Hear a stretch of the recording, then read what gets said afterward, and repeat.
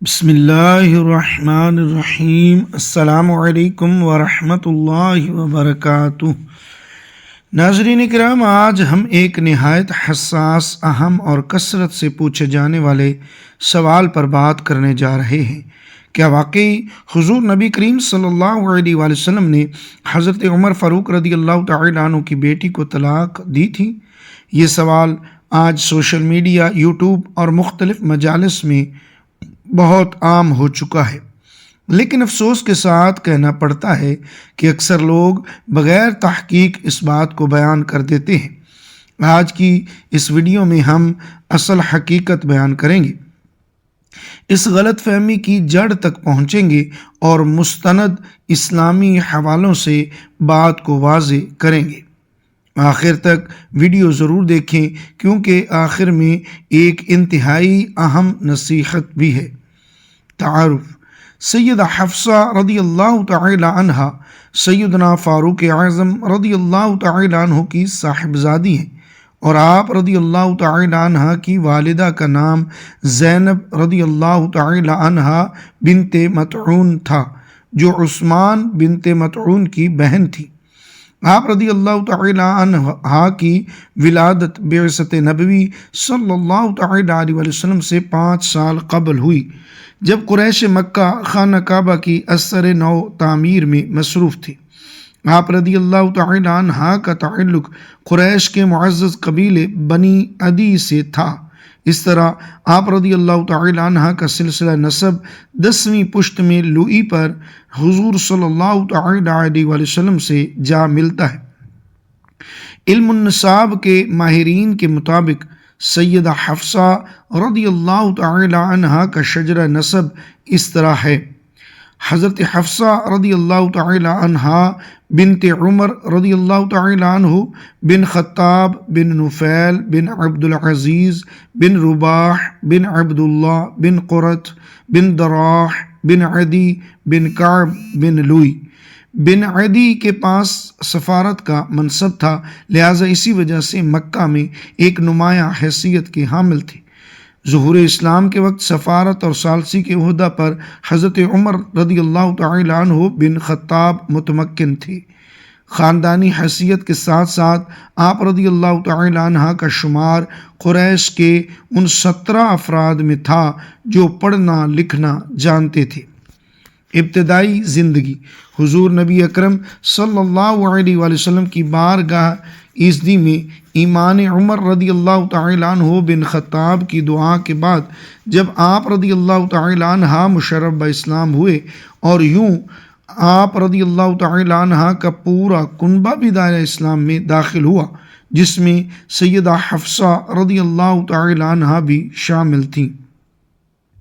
اس وقت آپ رضی اللہ تعالی عنہ کی عمر تقریباً 10 سال تھی۔ آپ رضی اللہ تعالی عنہ نے جس خاندان میں پرورش پائی، اس کی چند صفات آپ رضی اللہ تعالی عنہ کے مزاج کا حصہ بن گئی، جن میں صاف گوئی، جرت، بے لوثی، معاملہ فہمی اور یک رنگی شامل تھیں۔ سیدہ حفصہ رضی اللہ تعالی عنہ کا پہلا نکاح حضرت خنیس رضی اللہ تعالی عنہ بن حزامہ سے ہوا، جو اسلام کے بالکل اوائل دور میں رسول خدا صلی اللہ تعالی علیہ وسلم کے جانثار صحابی بن گئے تھے۔ حضرت خنیس رضی اللہ تعالی عنہ نے اپنے ایمان کے تحفظ اور سلامتی کی خاطر اپنے 2 بھائیوں حضرت عبداللہ رضی اللہ تعالی عنہ اور حضرت قیس رضی اللہ تعالی عنہ کے ساتھ حبشہ کی طرف ہجرت کی، اور ہجرت مدینہ سے قبل ہی مکہ تشریف لے آئے تھے۔ حبشہ سے واپسی پر آپ رضی اللہ تعالی عنہ کی شادی سیدہ حفصہ رضی اللہ تعالی عنہ سے ہوئی۔ نبوت کے 13ویں برس رسول اللہ صلی اللہ علیہ وآلہ وسلم نے اپنے اصحاب رضی اللہ تعالی عنہما کو ہجرت مدینہ کی اجازت دے دی، چنانچہ سیدہ رضی اللہ تعالی عنہ اور ان کے شوہر بھی اس سفر میں شامل ہو گئے۔ سیدہ حفصہ رضی اللہ تعالی عنہ نے اپنے شوہر، والد اور خاندان کے دیگر افراد کے ساتھ ہجرت کی تکالیف برداشت کی۔ اور ہجرت کے بعد مدینہ کی قریبی بستی قباء میں سکونت اختیار کی۔ 17 رمضان المبارک 2 ہجری کو حق و باطل کا پہلا معرکہ غزوہ بدر برپا ہوا، جس میں آپ رضی اللہ تعالی عنہ کے قبیلہ کے افراد نے بھی جرأت اور شجاعت کے جوہر دکھائے اور بڑھ چڑھ کر حصہ لیا۔ اسی غزوہ میں آپ رضی اللہ تعالی عنہ کے رفیق حیات حضرت خنیس رضی اللہ تعالی عنہ کفار کا بے باکی سے مقابلہ کیا اور زخموں کی تاب نہ لاتے ہوئے کچھ عرصہ بعد مدینہ میں ہی شہادت پا گئے۔ حضرت عمر فاروق رضی اللہ تعالی عنہ اپنی صاحبزادی کے لیے سخت پریشان تھے اور عدت ختم ہونے کے بعد انہیں آپ رضی اللہ تعالی عنہ کے لیے کسی قابل اعتماد رفیق کی تلاش کی فکر لاحق ہوئی۔ حضرت عمر فاروق رضی اللہ تعالی عنہ نے حضرت ابو بکر صدیق رضی اللہ تعالی عنہ اور حضرت عثمان غنی رضی اللہ تعالی عنہ کے سامنے اپنی بیٹی سے نکاح کی پیشکش رکھی، لیکن انہوں نے معذرت کر لی۔ بالآخر آپ رضی اللہ تعالی عنہ حضور نبی اکرم صلی اللہ تعالی علیہ وآلہ وسلم کی بارگاہ اقدس میں حاضر ہوئے اور تمام تفصیل سے آگاہ کیا۔ آقا دو جہاں صلی اللہ تعالی علیہ وآلہ وسلم نے فرمایا، حفصہ رضی اللہ تعالی عنہ کی شادی اس شخص کے ساتھ ہوگی جو ابو بکر رضی اللہ تعالی عنہ اور عثمان رضی اللہ تعالی عنہ سے افضل ہے، اور حضرت عثمان رضی اللہ تعالی عنہ کی شادی اس خاتون سے ہوگی جو حفصہ رضی اللہ تعالی عنہ سے بہتر ہے۔ حضور اکرم صلی اللہ تعالی علیہ وآلہ وسلم سے نکاح، نبی اکرم صلی اللہ تعالی علیہ وآلہ وسلم نے سیدہ حفصہ رضی اللہ تعالی عنہ کے لیے باقاعدہ نکاح کا پیغام بھیجا، جسے قبول کر لیا گیا۔ مہر 400 درہم مقرر ہوا اور یوں سیدہ حفصہ رضی اللہ تعالی عنہ کو حرم نبوی میں داخل ہو کر ام المؤمنین کا اعلیٰ و ارفع درجہ نصیب ہوا۔ اس نکاح کے بعد جب حضرت ابو بکر صدیق رضی اللہ تعالی عنہ حضرت عمر رضی اللہ تعالی عنہ سے ملے اور کہا کہ آپ رضی اللہ تعالی عنہ کی پیشکش پر میں اس لیے خاموش رہا کیونکہ حضور صلی اللہ علیہ وآلہ وسلم کو سیدہ حفصہ رضی اللہ تعالی عنہ کا ذکر کرتے سنا تھا اور میں یہ راز افشا نہیں کرنا چاہتا تھا۔ یہ نکاح مبارک شعبان 3 ہجری میں ہوا۔ اس وقت ام المؤمنین سیدہ حفصہ رضی اللہ تعالی عنہ کی عمر 22 سال تھی۔ سیدہ حفصہ رضی اللہ تعالی عنہ جب حضور صلی اللہ علیہ وآلہ وسلم کے نکاح میں آئیں تو اس وقت سیدہ عائشہ صدیقہ رضی اللہ تعالی عنہ بھی آپ صلی اللہ تعالی علیہ وآلہ وسلم کے نکاح میں موجود تھی۔ ہر زوجہ محترمہ کے لیے الگ الگ رہائش گاہ مہیا کی گئی تھی جو ایک حجرہ تھا۔ حجرے کی دیواریں کچی اینٹوں کی اور چھت کھجور کی شاخوں کی تھی۔ دروازے پر کمبل کا پردہ پڑا ہوا تھا۔ ام المؤمنین سیدہ حفصہ رضی اللہ تعالی عنہ کو بھی مسجد نبوی صلی اللہ علیہ وآلہ وسلم کے شرقی جانب حجرہ ملا۔ فقر کا یہ عالم تھا کہ آرام کرنے کے لیے ٹاٹ کا ایک ٹکڑا بستر کے طور پر استعمال کیا جاتا۔ اکثر گزر اوقات دودھ اور کھجوروں پر ہوتی اور ہفتوں چولہے میں آگ نہ جلتی تھی۔ حضرت حفصہ رضی اللہ تعالی عنہ کا شوق حصول علم۔ ام المؤمنین سیدہ حفصہ رضی اللہ تعالی عنہ کا تعلق اس خاندان سے تھا جو اپنی فصاحت و بلاغت، فہم و فراست اور تقریر میں قریش میں نمایاں مقام رکھتا تھا۔ آپ رضی اللہ تعالی عنہ میں یہ خوبیاں بدرجہ اتم موجود تھیں اور نبی اکرم صلی اللہ تعالی علیہ وآلہ وسلم اس سے بخوبی واقف تھے، لہٰذا آپ رضی اللہ تعالی عنہ کی تعلیم و تربیت کا خصوصی انتظام کیا گیا۔ حضور صلی اللہ علیہ وآلہ وسلم نے اپنی صحابیہ حضرت شفا رضی اللہ تعالی عنہ بن عبداللہ عدیہ کو سیدہ حفصہ رضی اللہ تعالی عنہ کی تعلیم پر مامور کیا۔ انہوں نے آپ رضی اللہ تعالی عنہ کو نہ صرف لکھنا سکھایا بلکہ زہریلے کیڑے مکوڑوں کے کاٹنے کا دم بھی سکھایا۔ سیدہ حفصہ رضی اللہ تعالی عنہ تعلیم و تفہیم کا بے پناہ شوق رکھتی تھی۔ یہی وجہ تھی کہ آپ رضی اللہ تعالی عنہ حضور صلی اللہ تعالی علیہ وآلہ وسلم کے فرمودات و اقوال نہایت توجہ سے سنتی، اور اگر ذہن میں کوئی سوال پیدا ہوتا تو نبی اکرم صلی اللہ تعالی علیہ وآلہ وسلم سے استفسار فرمایا کرتی تھی۔ مسند احمد بن حنبل میں سیدہ حفصہ رضی اللہ تعالی عنہ سے متعلق ایک واقعہ لکھا ہے کہ ایک مرتبہ نبی اکرم صلی اللہ تعالی علیہ وسلم نے فرمایا، جو اہل ایمان غزوہ بدر اور بیعت رضوان میں شریک ہوئے وہ جہنم میں نہیں جائیں گے۔ یہ ارشاد پاک سن کر آپ رضی اللہ تعالی عنہ نے سوال کیا کہ یا رسول اللہ صلی اللہ علیہ وآلہ وسلم، اللہ تعالیٰ تو فرماتا ہے اور تم میں سے کوئی شخص نہیں ہے مگر اس کا یعنی دوزخ پر سے گزر ہونے والا ہے۔ یہ وعدہ قطعی طور پر آپ کے رب کے ذمہ ہے جو ضرور پورا ہو کر رہے گا۔ سورہ مریم آیت نمبر 71۔ یہ سن کر آپ صلی اللہ تعالی علیہ وسلم نے ارشاد فرمایا کہ یہ درست ہے، مگر اللہ تعالیٰ نے یہ بھی فرمایا ہے پھر ہم ان لوگوں کو بچا لیں گے جو دنیا میں متقی تھے اور ظالموں کو اس میں گرا ہوا چھوڑ دیں گے۔ سورہ مریم آیت نمبر 72۔ آپ رضی اللہ تعالی عنہ کا یوں نبی اکرم صلی اللہ تعالی علیہ وآلہ وسلم سے سوال کرنا آپ رضی اللہ تعالی عنہ کی علم کے لیے پیاس اور شغف کو ظاہر کرتا ہے۔ یہی وجہ ہے کہ آپ رضی اللہ تعالی عنہ کی تعلیم پر خصوصی توجہ دی گئی۔ ام المؤمنین سیدہ حفصہ رضی اللہ تعالی عنہ نے 10 ہجری میں حضور نبی اکرم صلی اللہ تعالی علیہ وآلہ وسلم کی معیت میں حج کی ادائیگی کا شرف حاصل کیا اور نبی اکرم صلی اللہ تعالی علیہ وآلہ وسلم کی زیر نگرانی و تربیت اس جماعت کا حصہ بن گئیں، جس نے خواتین سے متعلق حج کے آداب و مناسک اور احکام و مسائل کی تعلیم دیگر خواتین تک پورے وثوق کے ساتھ پہنچائی۔ حضرت حفصہ رضی اللہ تعالی عنہ کا علمی مقام و مرتبہ۔ ام المؤمنین سیدہ حفصہ رضی اللہ تعالی عنہ سے 60 روایات منقول ہیں۔ ان میں سے 40 احادیث مبارکہ براہ راست حضور صلی اللہ تعالی علیہ وآلہ وسلم اور حضرت عمر فاروق رضی اللہ تعالی عنہ سے سماعت کی۔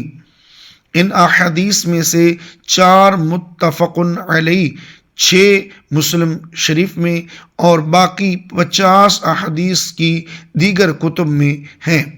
حضرت عبداللہ بن عمر رضی اللہ تعالی عنہ، حمزہ بن عبداللہ رضی اللہ تعالی عنہ، حارثہ بن وہب رضی اللہ تعالی عنہ، عبد الرحمن بن حارث رضی اللہ تعالی عنہ، صفیہ بنت ابو عبیدہ رضی اللہ تعالی عنہ، ام منشر انصاریہ رضی اللہ تعالی عنہ وغیرہ آپ رضی اللہ تعالی عنہ کے خاص تلامذہ میں شامل ہیں۔ کیا آپ صلی اللہ تعالی علیہ وسلم نے حضرت حفصہ کو طلاق دی تھی؟ اگر دی تھی تو کیا وجہ تھی؟ جواب: ایک روایت کے مطابق نبی کریم صلی اللہ تعالی علیہ وسلم نے حضرت حفصہ رضی اللہ تعالی عنہ کو طلاق دی تھی، اور اس کی وجہ یہ تھی کہ حضرت صلی اللہ تعالی علیہ وسلم نے حضرت حفصہ رضی اللہ تعالی عنہ کو ایک راز پوشیدہ رکھنے کا فرمایا تھا، مگر وہ پوشیدہ نہ رکھ سکی اور حضرت عائشہ رضی اللہ تعالی عنہ کے سامنے وہ راز ظاہر کر دیا۔ اس پر حضرت صلی اللہ تعالی علیہ وسلم نے حضرت حفصہ رضی اللہ تعالی عنہ کو طلاق دے دی تھی۔ پھر حضرت جبریل علیہ السلام کے مشورے سے اس سے رجوع کر لیا تھا، جبکہ حضرت عمار بن یاسر رضی اللہ تعالی عنہ سے روایت ہے کہ آپ صلی اللہ تعالی علیہ وسلم نے حضرت حفصہ رضی اللہ تعالی عنہ کو طلاق دینے کا ارادہ کیا تو حضرت جبرائیل علیہ السلام نے آپ صلی اللہ تعالی علیہ وسلم کو طلاق نہ دینے کا مشورہ دیا کہ وہ روزہ دار، نماز کی پابند اور بے حد عبادت گزار ہیں اور جنت میں آپ صلی اللہ علیہ وآلہ وسلم کی بیویوں میں سے ایک ہے۔ چنانچہ آپ صلی اللہ تعالی علیہ وآلہ وسلم نے طلاق دینے کا ارادہ ترک کر دیا اور طلاق نہیں دی۔ حفاظت قرآن میں حضرت حفصہ رضی اللہ تعالی عنہا کا کردار۔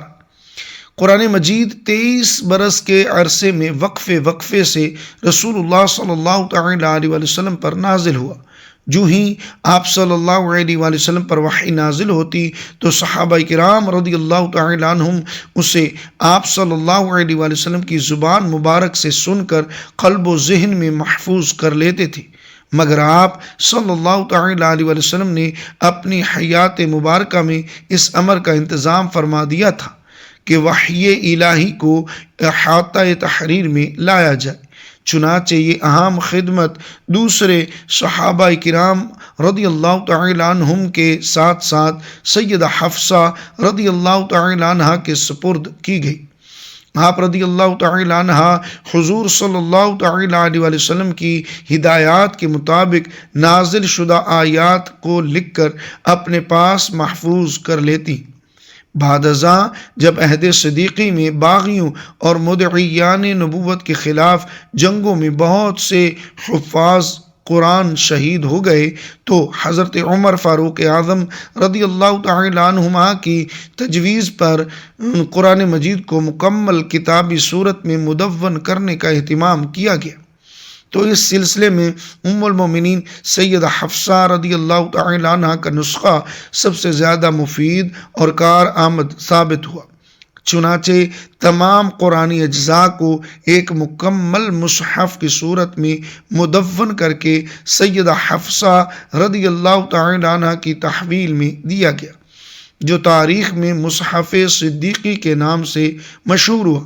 دور عثمانی میں اجمیوں کی ایک بڑی تعداد دائرہ اسلام میں داخل ہوئی تو قرآن پاک کی کتابت، املا اور تلفظ میں اختلاف کی صورتیں سامنے آئیں تو خلیفہ وقت سیدنا عثمان غنی رضی اللہ تعالی عنہ نے سیدہ حفصہ رضی اللہ تعالی عنہ کے پاس موجود نسخہ کی نقول کروا کر مختلف شہروں میں بھیجی تاکہ پوری امت اختلاط و انتشار سے محفوظ ہو جائے۔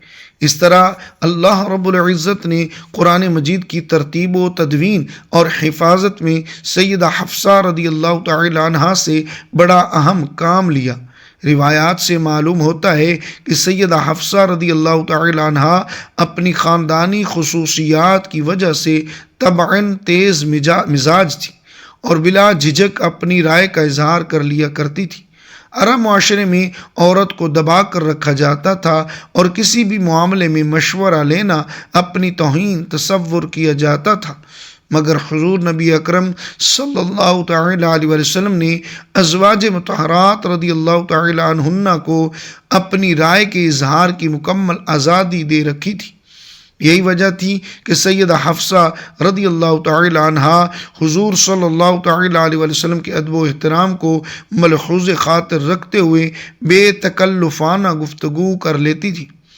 آپ رضی اللہ تعالی عنہا کو جھگڑے اور فساد سے سخت نفرت تھی، لہٰذا جب جنگ صفین کے بعد مسلمانوں میں باہم غلط فہمیاں پیدا ہوئیں اور آپ رضی اللہ تعالی عنہ کے بھائی حضرت عبداللہ بن عمر رضی اللہ تعالی عنہ نے اسے فتنہ خیال کرتے ہوئے الگ رہنے کا ارادہ کیا تاکہ صورتحال ان کے کسی قدم سے مزید خراب نہ ہو جائے، تو سیدہ حفصہ رضی اللہ تعالی عنہ نے اپنے بھائی سے کہا کہ اگرچہ ان معاملات میں شریک رہنا آپ رضی اللہ تعالی عنہ کے لیے فائدہ مند نہیں، مگر آپ رضی اللہ تعالی عنہ کو مسلمانوں سے الگ رہ کر گوشہ تنہائی اختیار نہیں کرنا چاہیے، کیونکہ ممکن ہے کہ لوگوں کو آپ رضی اللہ تعالی عنہ کی رائے کا انتظار رہے۔ آپ رضی اللہ تعالی عنہ کے الگ تھلگ رہنے اور موجودہ مسائل میں دخل نہ دینے کی وجہ سے عام مسلمانوں میں اختلاف مزید بڑھے گا۔ اس سے پتہ چلتا ہے کہ آپ رضی اللہ تعالی عنہ کس طرح امت کے مسائل کو حل کرنے کے لیے فکر مند رہتی تھی اور گہری دلچسپی لیتی۔ مثال سیدہ حفصہ رضی اللہ تعالی عنہ نے امیر معاویہ رضی اللہ تعالی عنہ کے عہد حکومت میں وفات پائی۔ یہ شعبان 45 ہجری تھی اور آپ رضی اللہ تعالی عنہ کی عمر مبارک 63 برس تھی۔ نماز جنازہ مدینہ کے گورنر مروان نے پڑھائی۔ آپ رضی اللہ تعالی عنہ کے بھائی حضرت عبداللہ رضی اللہ تعالی عنہ اور حضرت عاصم رضی اللہ تعالی عنہ اور بھتیجوں سالم، عبداللہ اور حمزہ رضی اللہ تعالی عنہم نے قبر مبارک میں اتارا۔ آپ رضی اللہ تعالی عنہ نے اپنے بھائی حضرت عبداللہ بن عمر رضی اللہ تعالی عنہ کو وصیت فرمائی تھی کہ ان کی جائیداد رفاہی کاموں کے لیے وقف کر دی جائے۔ محترم ناظرین، اللہ پاک کی بارگاہ میں دعا ہے اللہ پاک ہمارا خاتمہ ایمان پر فرمائے اور ہمارے تمام گناہوں کو معاف فرمائے، آمین۔ ویڈیو اچھی لگی ہو اس کو لائک کیجئے، شیئر ضرور کیجئے، ثواب کی نیت سے چینل کو سبسکرائب کیجئے اور کمنٹ باکس میں اللہ پاک کے 99 ناموں میں سے ایک نام ضرور ٹائپ کیجئے گا۔ اگلی ویڈیو تک کے لیے اجازت دیجئے، شکریہ، اللہ حافظ، السلام علیکم ورحمۃ اللہ۔